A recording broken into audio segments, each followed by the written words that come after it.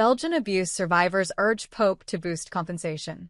The Catholic Church's failures in responding to sexual abuse by clergy have been in focus again during Pope Francis' visit to Belgium, with the pontiff facing calls from high-profile figures and survivors for more concrete action.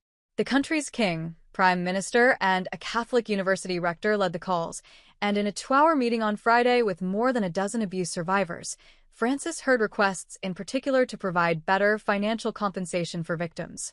"We didn't talk about amounts as such, but we are very clear on the fact that what has been achieved and obtained so far is totally insufficient," said Anne-Sophie Cardinal, one of the survivors in the meeting at the Vatican's embassy in Brussels. Cardinal, who was abused as a child, spoke emotionally about the encounter, calling it very challenging. She said the survivors felt a responsibility, also to speak on behalf of all the people who couldn't meet him. Jean-Marc Touraine, another survivor who took part, expressed frustration.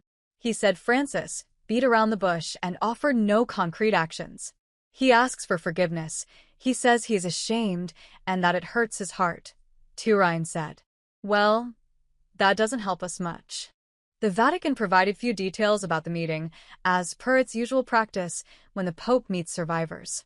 In a brief statement, it said Francis had listened to the Belgian victims and expressed shame for what they suffered as children. The Pope's trip to Belgium is meant to focus on the 600th anniversary of 2 Catholic universities, but the Church's record on abuse has come to the fore. At the Pope's meeting with Belgian dignitaries early on Friday, both King Philippe and Prime Minister Alexander De Croo raised the issue in unusually strong language for a papal foreign visit. In a meeting with local Catholics on Saturday at Brussels' National Basilica, a church worker from the Flanders region told Francis the scandals had created feelings of horror, sadness, and helplessness. Belgian clergy abuse victims have received financial compensation through a church-established mediation body following a 2010 investigation that uncovered widespread abuse across decades. In total, the arbitration center upheld 507 claims from victims of priests, awarding a total of €3 million for $0.9 million Australian dollars, a former member of the center's scientific committee told Parliament in 2016. Settlements ranged from €2,500 for $1,050 to €25,000 depending on the severity of the abuse, but many survivors say the compensation was inadequate and the process lacked transparency.